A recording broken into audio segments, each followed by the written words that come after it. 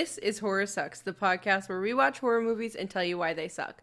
I'm Ashley Atkins, and I'm going on vacation. Oh, nice. Congratulations. I am Carter Rhodes, and I am sitting here with the... Oh, shit. We did this bit last time, didn't we? What? The Scream thing. Yeah, we did. Shit. I saw it out, and I was like, oh, did you not put it away? Well, I mean, where am I going to put it? We still have the Scream thing out. I guess I can't. Oh, I'm Carter Rhodes, and in a mere 4 days, we will know what perks Nicolas Cage will have in Dead by Daylight.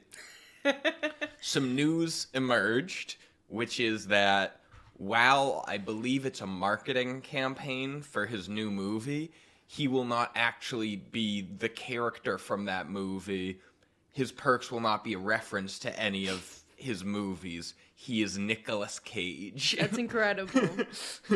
Which is really promising because... that means that it'll, probably pull from different movies, right? No. I don't think they're allowed to do that. Oh. They might do, a wink kind of thing, but... I imagine it'd be, a wink to a couple of movies. What would that be? What Nicolas Cage movies would you reference? National Treasure. Yes. Yep, that's a good one. I want to say Face Off. That was the peak of his bad movies. I know it's not going to be this movie, but I really want it to be Moonlight. Moonstruck, sorry. Mm-hmm. But I don't think they'll reference that one. It's got to be Leaving Las Vegas, National Treasure, and Face Off. Probably. Those are going to be my three. Those are going to be the cough, cough, wink, winks. Yeah, there's the bad one in Face Off, where he kind of starts embracing his roles in National Treasure, and then Leaving Las Vegas, because he is, at its core, a pretty decent actor. He gets so much slack, and I don't understand why. Do you mean flack? I did mean flack. flack. There's a big... Yeah, they're the opposite. Yeah. He gets a lot of flack, and I don't understand why. I mean, it's because... He's done a lot of shitty movies, I know, but... Remember The Magician's Apprentice? Yeah, that was rough. Sorry. The Sorcerer's Apprentice. All right. It's a big difference. Yes. Anyways. So, where are you going on vacation? My family and I are going to Aruba for a week. Oh, yeah. Yeah. Happy this episode comes out after we get back, so... So that no one can rob your house. Yeah. That's the joy of doing delayed episodes. We can say where we're going and what we're doing. Yeah. So we just finished Ian's wedding. I'm very excited. Congratulations to friends of the pod, Ian and Holly. Yeah, congratulations, guys. Some highlights. I believe I blacked out twice. During, by the way, at no point did I have to crash. I just simply lost memory. First, they were telling me last night that apparently I attempted to catch the cat bouquet they threw. You did, yes. Yeah, and apparently I had mumbled something about Randy Mossing someone to get it, but it was a moot point because I didn't catch it. Yeah. Thank God. Don't remember that. I do remember being in the bathroom having my "you're a star" talk, and that really sobered me up quite a bit. You were so proud of that talk and came out and told everyone that you are a star. For those who are not aware, if you drink or do drugs, I'm sure you know of this, where you've had too much and you go in the bathroom and you kind of just look at yourself and you're like, I can do this. I am a star. Anyway, so I had to have that talk 3 times during the night. 3 times? Yeah, and then the last... Then after the speakeasy, we went to we dropped off our friends. I don't remember any of that. But I do remember, getting ready for bed. So I'm just missing chunks. So it just faded in and out. Wild. That's not too bad. Not even faded. It just is cut. I didn't brown out. Is there sections that I was blacked out for? I'm dead. I didn't do that. I didn't do too bad. Mm-hmm. Left at a reasonable time. Yep. The bartenders were some of the worst I've ever come across. They were I felt bad. The bartenders were not great. It was an open bar. Yeah, we assumed that they had to use the venue's bartenders for liability reasons. Yeah. But I asked the guy to make me a Cuba Libre, and he just looks at me, and I'm like, it's just a rum and coke with lime juice in it. And he pours me 50% rum, 50% coke, and I'm like, all right, thanks, dude. Heavy pour, man. Yeah. I counted 4 seconds of pouring. Yeah, both of them were pretty heavy pourers. Mm-hmm. So, all right, we are covering Insidious. It's gonna be fun to edit later. Yeah. I'm very excited. I'd never seen this movie, and I told my dad and asked if he wanted to watch it. He goes, "You've never seen it?" And I was like, "No." He goes, "Yes, you have," and tried to gaslight me into thinking I've seen this movie. I have not. But then apparently my brother loves this movie and is a self-proclaimed expert. And I just on the Insidious franchise, what is there to be an expert on? I think he's just seen all of them. Yeah. But yeah, so that's the movie we're doing. All right.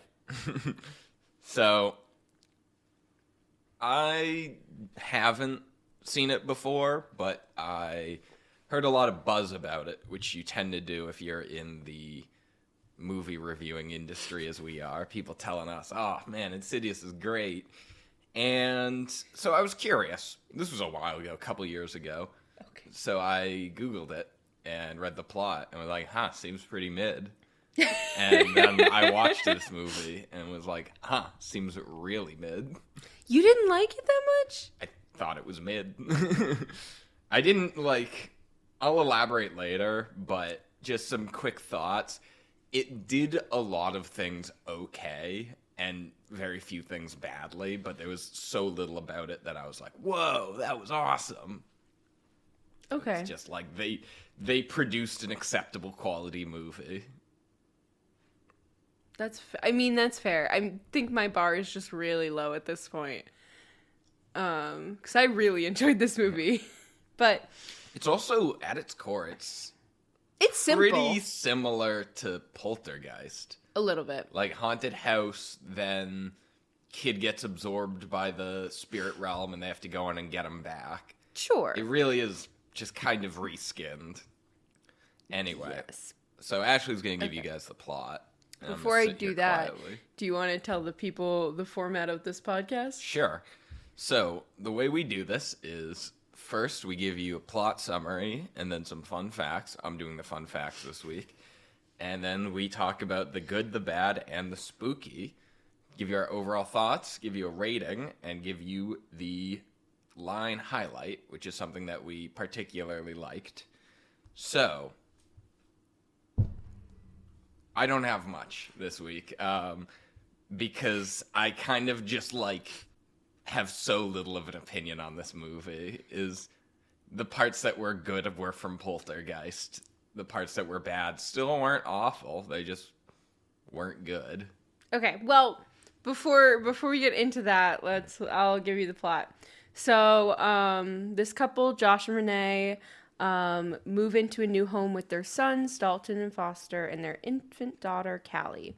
One evening, Dalton sneaks into the attic. Those are, by the way, the most yeah. Dalton, Foster, and Callie are the most. We have to name our kids something unique. Callie, not so much, but definitely. Callie's a pretty unique name, depending on what it's Cali. You're right. That is okay. I've met a few Callies, but not spelled Cali. Yeah. Also, Renee spelled Renai. Yeah. I thought it was gonna be Renee, and I was like, oh, that's kind of a cool name. But then it's just Renee. Yeah. And then the dad's name is just Josh. Solid, strong Josh. Can't go wrong with Josh, I guess. So one night, Dalton sneaks into the attic where he kind of sees something, but then he falls and hits his head and slips into a coma. Did we mention they moved into a new house? I did. So 3 months later, Dalton's still in the coma. Hospital has nothing for them. They're like, there's nothing wrong with him. We're pretty sure he's just asleep. Yeah. They're like, everything's normal. Everything's fine. But they start to experience some freaky events at the house, including strange noises. Their home security alarm goes off on its own repeatedly. The doors are opening and closing. That was a really stupid scene. Is like he shut the door and they heard a knocking at the door. He went down, checked, there was nobody. Set the alarm, locked it, went upstairs, and then he hears the alarm and comes downstairs with the door wide open and is like, you know what I should do? I should go room to room and look. Yeah. And when I don't find anybody, just shut the door and call it a night. Yeah, I would have been like, all right, everybody out of the house, get in the car. Yeah, like, barricade yourself and call the police. That is... Yeah. Horror movie families just baffle me. Anyways, though, so Foster claims that he's also seen Dalton get up and walk around. And Renee finds a bloody handprint on his bed. So I'll elaborate later, but that is actually lipstick. Oh. Did they state that it was lipstick? No. Okay. Again, I'll elaborate later. Oh, okay. I see. And then Renee starts seeing fiendish long hair apparition that tries to attack her. So they decide to move because they think the house is haunted. Which... Josh, he's a skeptic. But he'd do anything for his wife. They moved from like a considerably large house to a considerably smaller house. And I mean, he's a teacher. She's a stay-at-home mom. I don't know how they have a kid who needs round-the-clock medical care. They should be living in a hut. That's how I felt. I was like, they moved into a smaller house, but it still wasn't that small. And I was like, how the heck are they able to afford this? 3 kids with a teacher's salary. Yeah. So they're in the new house. The activity starts again. But Josh starts staying later at his job as a like teacher. 11:30 p.m. As a teacher. And Renee's like, where the heck are you? She's like, you never had to stay this late before. And he's like, well, we got to take care of Dalton. And it's like... I was like... After 3 months, now you need to work more to pay for it? I don't know. So I mean, they did just move, but... First of all, he did the, like, universal I'm cheating on you, where he's like, hey, babe, sorry, gotta work late tonight. Like, oh, just, that's it? No elaboration? Yeah, it turns out he was just sleeping at his desk. Yeah. But... Which, by the way, I would have liked... That is a solid reason, is like, yeah, I have to work more to get more money. That makes sense to me, but... Yeah, I think they just could have explained it better. Like, you know, instead of just using Dalton as an excuse, be like, we did just move houses again. Like, you know, money is tight. But then Josh's mom, Lorraine, is like over with Renee, and she's like, oh, you gotta be strong. And she's like, I can still see things. Like, and so Lorraine is like, I know someone who can help, and calls in Elaine. I really hate that they did Lorraine and Elaine. So before Elaine comes over, though, she sends her geek squad. It's Specs and whatever the other one's name was. Fat Boy. Is that what it is? No. Oh, okay. He's also not fat. I just thought it would be funny. Yeah. And they kind of do like a tour of the house, making sure that like there's no gas or leaking or anything that could naturally explain these events. And they're like, no. So then they bring in Elaine. And Elaine... Well, they see a ghost too. It's yeah. They don't just like process of elimination it. They experience the ghosts. And you're right. Like, okay, yeah, we need Elaine. I forgot about that. So they bring in Elaine, and Elaine is rather normal looking older woman. Wears like this like large scarf and a cardigan kind of vibe. And she's like, hey guys. And she's like, oh, Josh, good to see you again. And he's like, what? She goes, you're so much bigger now. And he's like, what? And she goes, we've met before. I'm a friend of your mother's. And Josh's dad isn't in the picture, so we're forced to assume that she's his mother's ex. Interesting that you went there because I did not.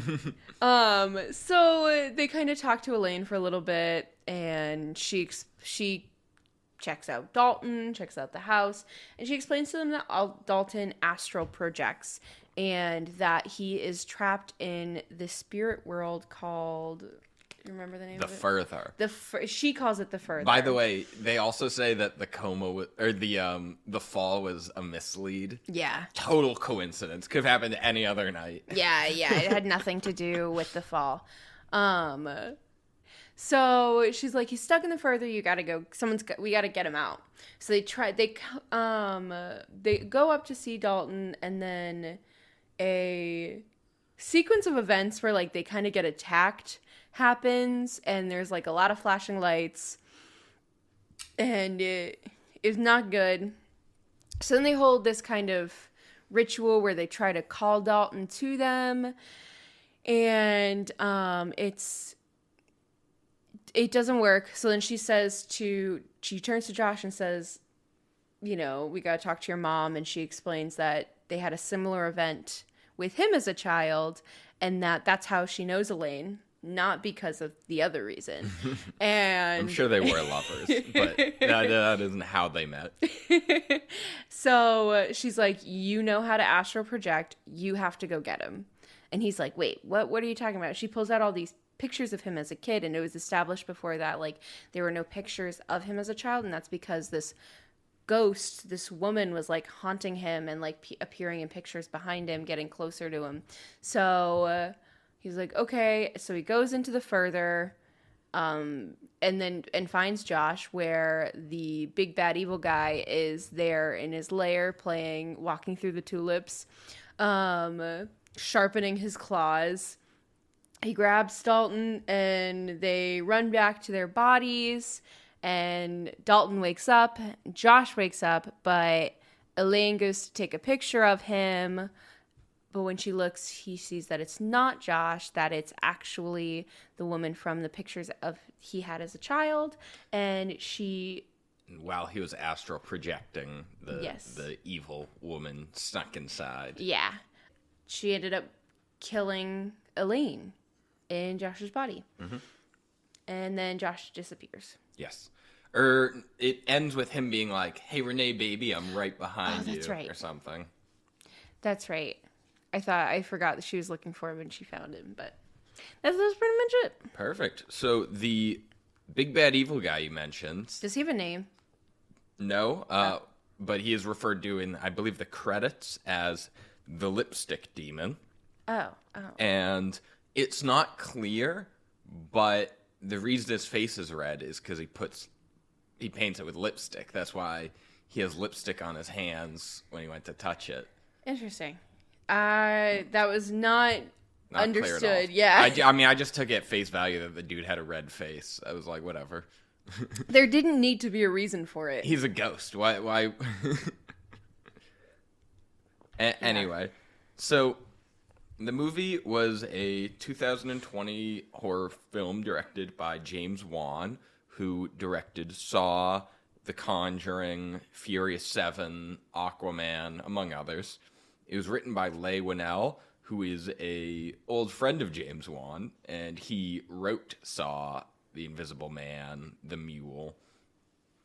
It stars Patrick Wilson, you might know him from Phantom of the Opera. He was Night Owl 2 in Watchmen.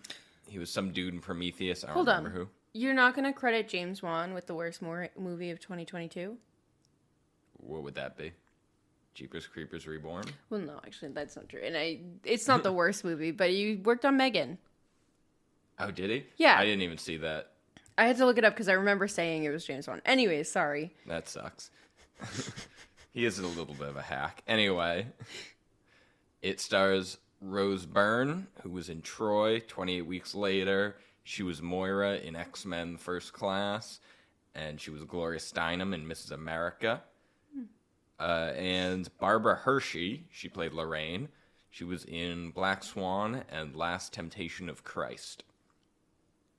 This is part 1 of the franchise, which will have 5 movies, starting about a week from today.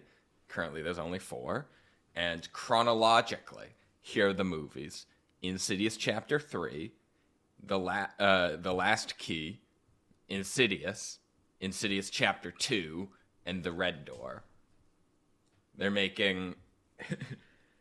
made Insidious a sequel, a prequel, a sequel to the prequel, and then a sequel to the sequel. It's got a good format. I can see why they did. The music was composed by Joseph Bishara, who played the demon in the film. No way! Yep. All right, that's worth a fact. I was like, why are you giving me the composer? But keep going. On July 7th, the sequel, The Red Door, will release. 33 violins were used for the soundtrack. Ethan Hawke was originally considered for the role of Josh Lambert, and he would go on to star in Sinister 2 years later, which I would argue is a better movie. Alec Baldwin was also considered. Women who auditioned for Lorraine Lambert: Nicole Kidman, Alice Braga, Rocio Banquels, Emma Thompson, Isabel Maddow, Kate Walsh, Ashley Judd, Renee Zellweger, Susie Plaxton, and Myra Rudolph. Really? Maya Rudolph? Yep. Huh. Also, is Nicole Kidman old enough to play a grandmother to 8-year-old? I mean, the grandmother was absurdly young. She looked maybe 15 years older than the mom. That's true, but She looked Patrick Wilson's age. Yeah. She really looked the same age as her son. That is true. So, no, she isn't, but she doesn't look really any older than Barbara Hershey. Let's see. Apparently there's a steak reference to Poltergeist. I haven't seen Poltergeist, but She's significantly older than the actress who plays the mom. they certainly don't look older. There's Nicole? Not Nicole Kidman. The actress who played Deborah Hershey and Rose Byrne. How old is Deborah Hershey? 74. So she would have been late or mid 60s by then. She looked fantastic. No, she did look good. I'm just saying she looked just like a well-kept grandmother. Like she barely. She looked really good. She looked slightly older than the parents. Yeah, you're right. In some shots, she looked really good. I would have grouped them as like colleagues or friends. Could go for the same roles. Yeah. Gotcha. Seriously, she did look good. The actress could have played the mom, just like an older mother. She still looks good. Yeah. She just is gray now, but like, look at her. She does look really good. Brendan Fraser was also considered as Josh Lambert. And final fun fact, the old woman demon, the person portraying that was actually a man dressed in a dress. And in future Insidious movies, this becomes a character. They call it the Black Bride, and it's in the context of the movie. It's a man dressed in women's clothing. Oh, I kind of like that. But they only came to that after the fact. They was originally planned to just be like, this is supposed to be an older woman, but we're going to have a man dress up so it has a more intimidating frame. I kind of like, though, that they put that into it, that it's actually supposed to be a man. Yeah, I like that. That's pretty cool. Is that all the facts? Yes. Not too bad. All right, let's start with the good. The good. Dun, dun, dun. There's a scene in which they are eating breakfast, and there are 3 chairs, and the youngest daughter's in her little baby chair. The youngest son is in his little kid chair, and the oldest son's just sitting on the floor like a dog. So I liked that they had a little dog boy who wasn't allowed to sit at the people table. You know, sometimes you just say things that really... Okay, anyways, I didn't really pay too much attention to the fact the kid was sitting on the floor, except for the fact that the mother handed him a mug for his cereal and he complained. Yeah, you didn't notice that he was sitting on the floor when that happened? No, I did. I just figured he wanted to be a floor person. A dog, if you will. Okay, anyways, I really liked the pace of the movie. I thought it moved pretty quickly. There weren't that many points that dragged, for the most part. I also liked that it was pretty scary, at least in my opinion. I felt like some of the jump scares were definitely led on, like you could follow the music pattern and be like, oh, there's something coming. Mm-hmm. But I didn't think any of them were cheesy. I thought they all landed pretty well. Like, I didn't think they were cheesy. None of them landed for me. Really? Yeah. Oh, I kind of saw them coming. They weren't cliche or anything. They just bored me.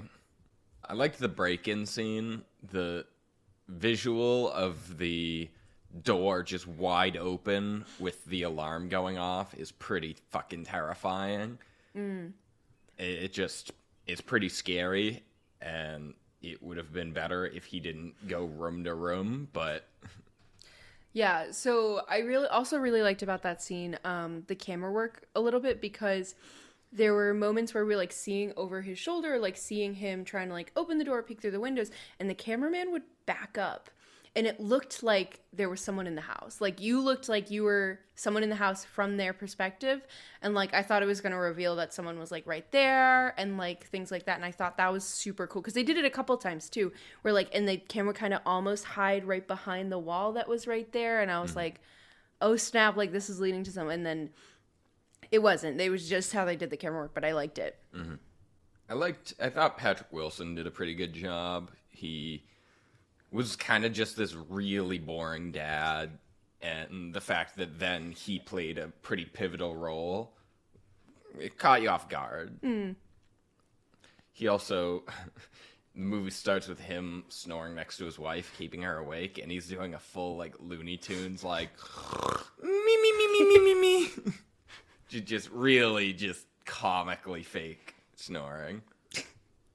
I really liked that, like, the movie kind of started with just, like, the mom super frustrated, and I thought it was going to focus more on her, because, like, the dad's, like, running out the door as the baby's crying, and she's like, you're taking the kids to school, right? And he's like, I can't! And he goes, nope. Yeah. And it was just, like, and she just looked at her wit's end, and I was like, oh, this is going to be about her, and, like, her struggles as a mom, like, and it wasn't. Mm-hmm. I kind of liked that a little bit of a mislead.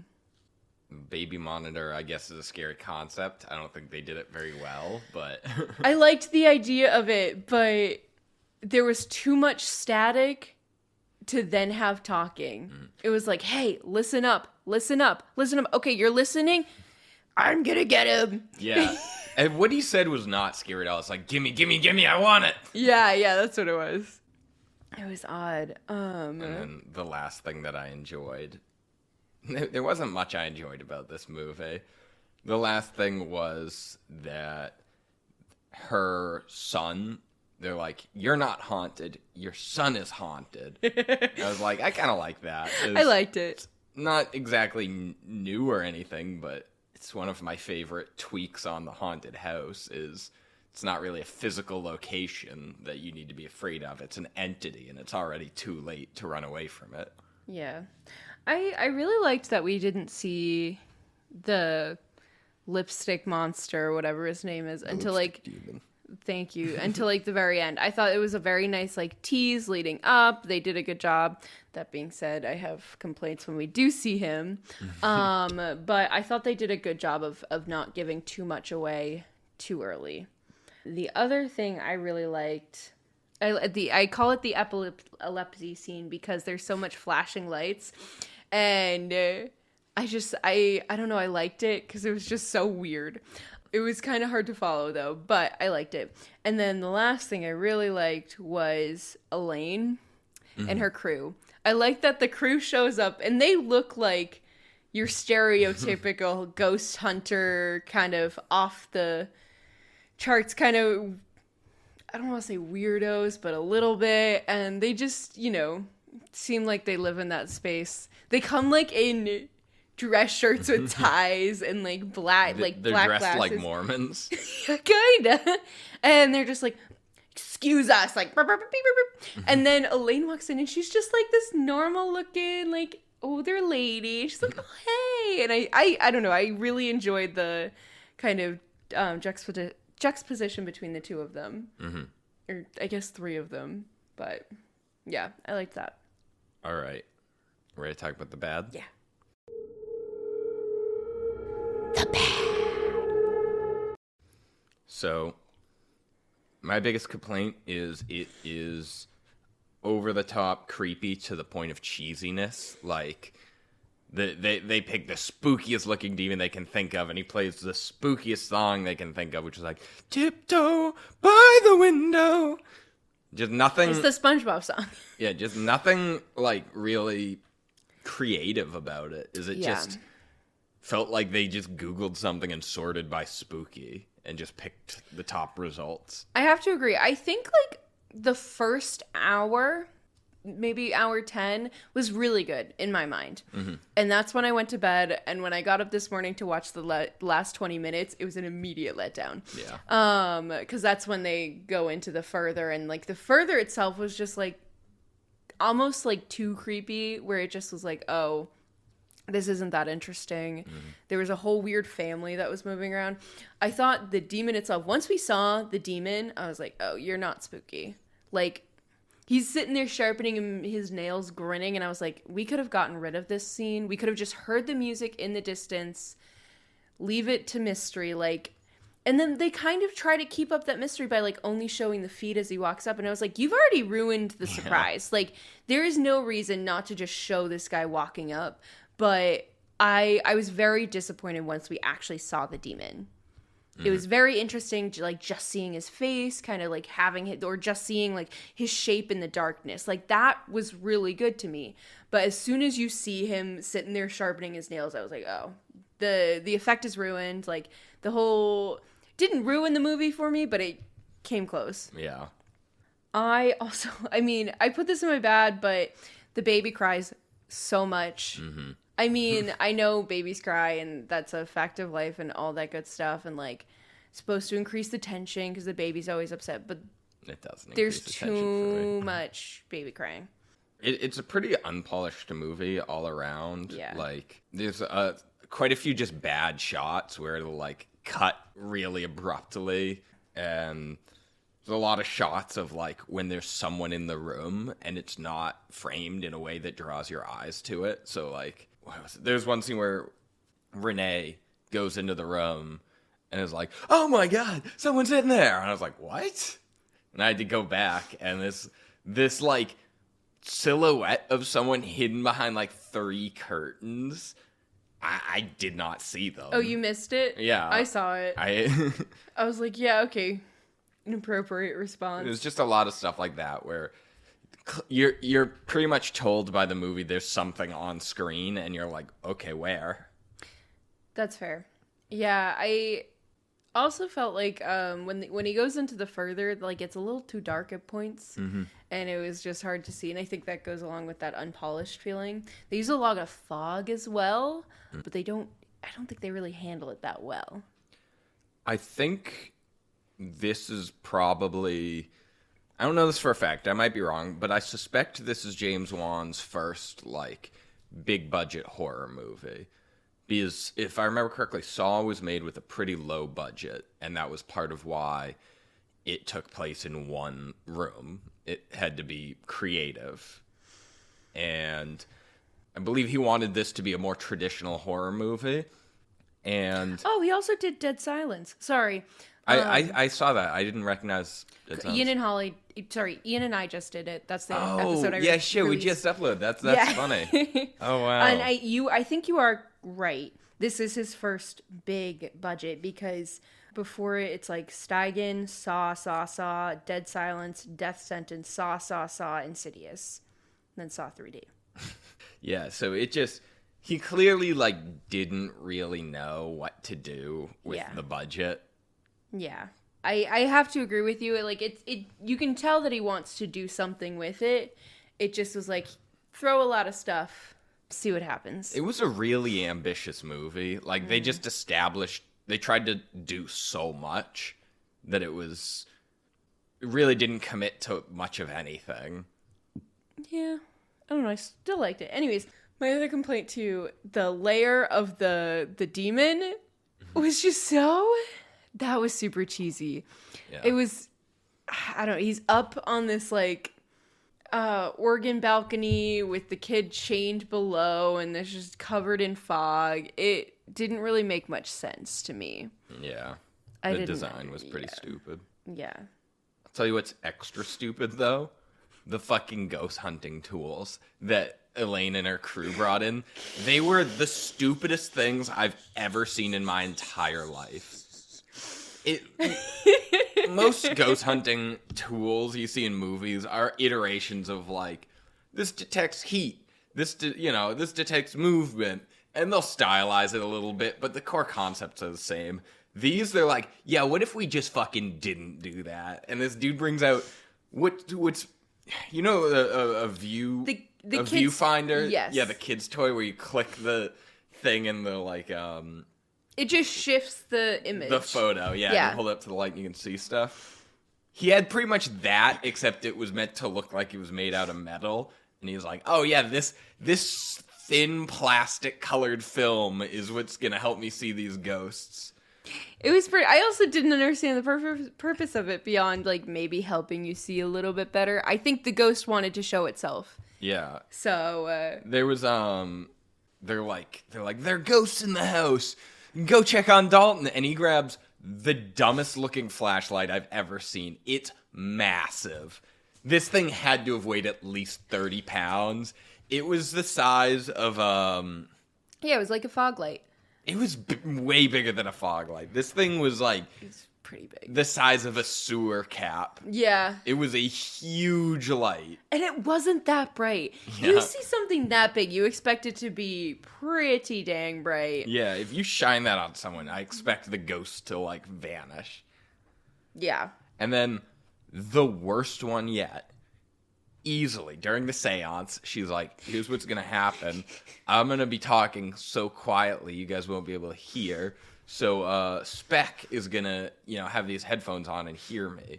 And so she puts on a gas mask with a tube that connects directly to noise-canceling headphones. It's the dumbest thing I've ever seen. I don't understand why they needed them. They didn't.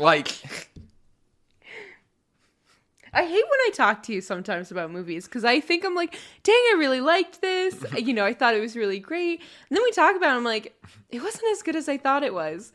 And sometimes I'm like, no, Carter's gaslighting me into thinking I don't like this. And then other times I'm like, no, he brings up some good points. Yeah. And then I'm like, maybe I'll change my rating. And then I get berated for my rating. Well, if you change your rating and I still berate you, it was too high. Because, what do you think? This is a 10 until No. I start talking? Good. No. Also, I'm pretty sure when we talk about movies, I just trick you into thinking. And you're like, oh, damn, maybe now that I think about it, the movie wasn't good. Well, okay, from an enjoyment standpoint, I enjoyed it. So, therefore, I'm going off of that. You're right. I don't have quite the analytical eye that you do, Carter. My friend Marcus was talking to me the other day about playing this game Civilization, and it's just a strategy game. We don't need to get into it. But he said that playing it for too long gives him a headache. And he's like, here's the thing, though. I can play other games for really long stretches. So he goes, I think the problem is it's the thinking that gives me a headache. Yeah, I think Carter gives me headaches when recording. Yeah. All right, is that all you have? No, I got some more. Okay. The acting was pretty bad, especially the children. Yeah, the children were bad. Patrick Wilson was fine. I was actually being pretty generous when I said he was a good part of this movie. But he certainly wasn't a bad part. He just was there. Him twitching in the chair at the edge. Yeah, that was dumb. It was so awful. Like, you can stir a little bit without being like... Yeah, I was talking to Val watching. I was like, how much money do you think they paid Patrick Wilson to have him sit in a chair with the actors around him and go, Too much money. Yeah. There was a scene in which the lipstick demon, like, crawls on a wall. It's just the worst CGI ever. Yeah. There's not even any elaboration. And then I was actually quite bored by the ghost hunter workers. They were a very cliched, like... silly guys doing a serious thing, and they were just such a boring... Well, I think they just didn't want to distract from Elaine too much, but I have to agree. Though. Yeah. If they didn't want to distract from Elaine, they could have had a bunch of... nameless. Yeah. Yeah, that's true.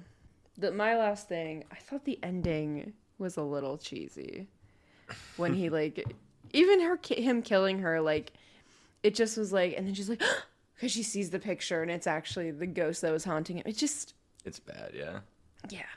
So we already talked about the spooky? Yes.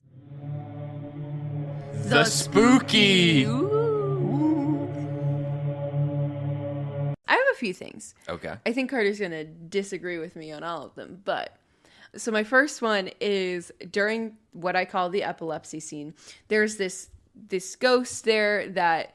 straight up licks the mother's face. He like full, like, weirdly long tongue. Oh yeah, that's right. Yeah. It's terrifying. I actually found that quite funny because... I was laughing, but it was terrifying. Patrick Wilson, like, grabs the ghost and throws him aside in a, like, very much a, like, hey buddy, that's my wife kind of move. As if the ghost is creeping in on what they have. Yeah, like, he did... I don't know, he just reacted the way someone would react if, like, that happened at a bar. It's just, like... yeah, that's his comatose son is in the room. There are ghosts everywhere. He's like, hey, buddy, get off of her! Face licking is horrible. What you got? There's the spooky demon face the first time, and only the first time. It was good. Yeah, that was pretty good. And then lastly, when he was in the further and he got the attention of the, like, ghost family, they had this really twitchy smile that kind of freaked me out. Yep. It was like, it literally was like one frame they weren't and the other they were. It was meant to be very, like, robotic jarring, and sudden. And I liked that quite a bit. There were a few jump scares that I liked. I didn't name them all. I just put a few jump scares. Okay, that's fair. But, like, some of them did well, especially that face the first time. I already mentioned it, but when the alarm is going off and the camera's, like, moving backwards and it makes it seem like there's a person in the room, that was my favorite part of the movie, I think. Yeah. I liked the alarm scene. Yeah. I liked the alarm going off for a second time. It wasn't, like, a jump scare, but it definitely, like... spooked, and then it was like, wait, whoa, the door is open. Mm-hmm. Yeah. All right. Do you have a quote? First, I'm going to give my overall thoughts. Okay. It's just an unbelievably mediocre movie. Just per dollar spent, it is one of the worst movies I've ever seen. Okay. But they spent enough that it, like, the production value makes it all right. My thoughts are I enjoyed it. Fair. I walked away from the movie. Well, I walked away from my first half viewing really enjoying it. The last 20 minutes were just okay. That also could have been contributed by the fact that I watched it in the morning and my dad was mowing the lawn with the windows open. So, it lost. What is it with dads doing that?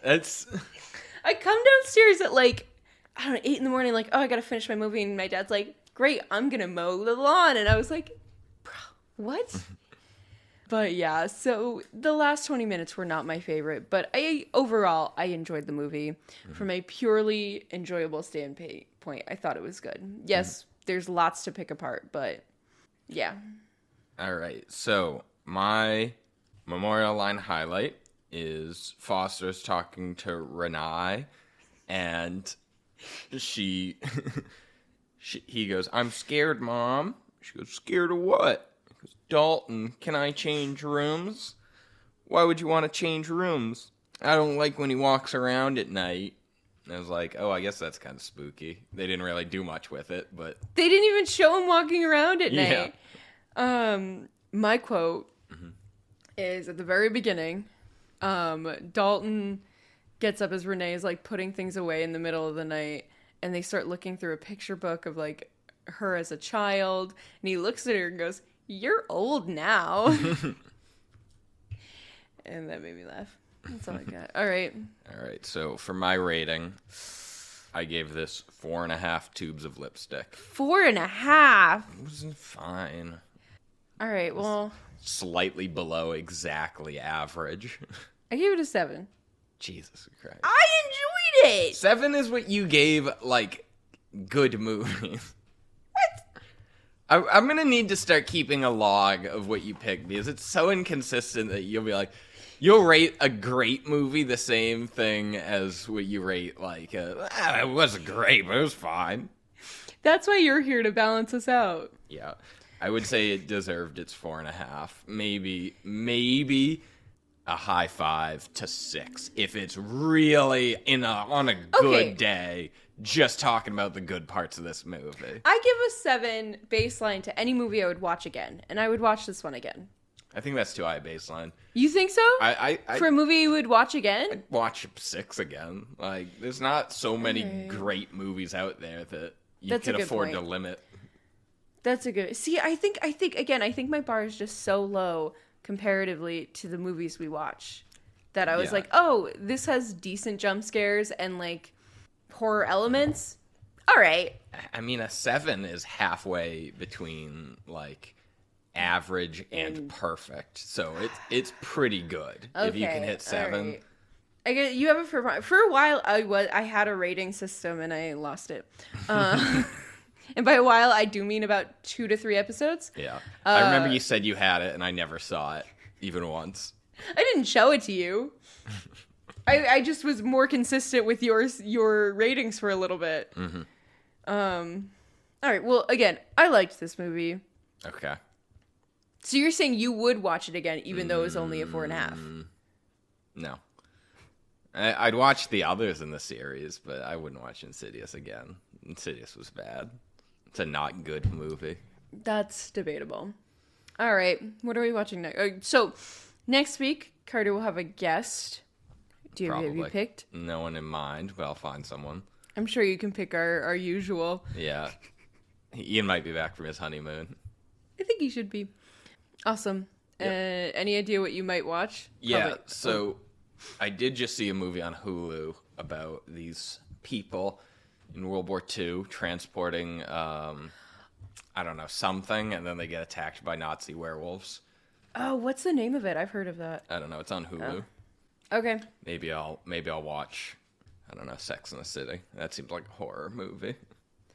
Gotta do just like that. I gotta start catching up. I want to be in on the just like that conversation. You want to be in on the just like that conversation? Yeah, I haven't started watching season 2 yet. I was waiting for you to catch up. Once you do, I'll start watching season 2. I'm gonna have to just full on ditch Val's progress and just.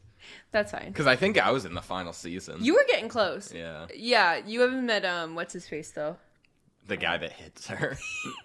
I'm glad you know that already. That's all I know.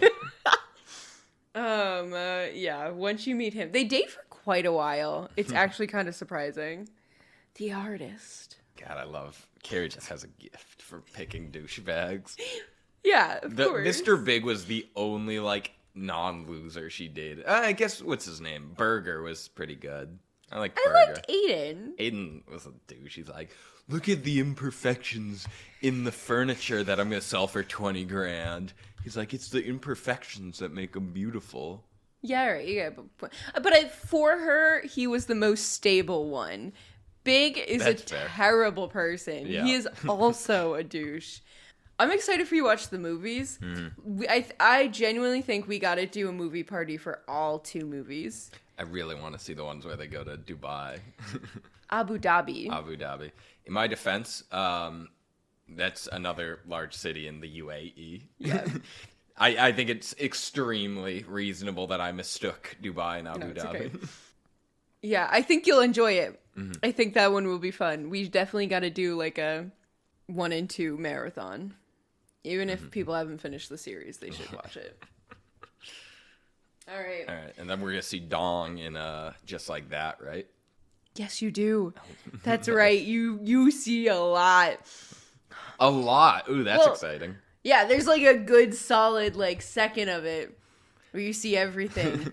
They've had to dance around that a couple times where like guys will flash Miranda or something and they'll have to just show her their butts because they couldn't get away with showing dick yet. Yeah. Anyways, that's it for today. That's everything I have. Talked about Sex in the City. No, that's it. That was all I planned for today. That was a very, very quick episode. Cool. This was kind of wild considering this was like an hour and 40 minutes movie and we don't have a lot to talk about. It was a very straightforward plot. Well, let's just say I find that the movies I enjoy have less to talk about.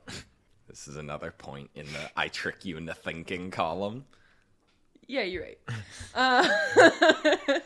Anyway, you're right. I can't just enjoy movies anymore. I have to look at it with a critical eye and just tear it apart. All right. No, you've got a good point. That's all we have for today. All right. Well, thank you all for listening. Check us out at horrorsex.com, Instagram. Jesus Christ. And stay spooky. Horror Sex is brought to you by Wild Thing Media. Editing done by me. Production done by Carter.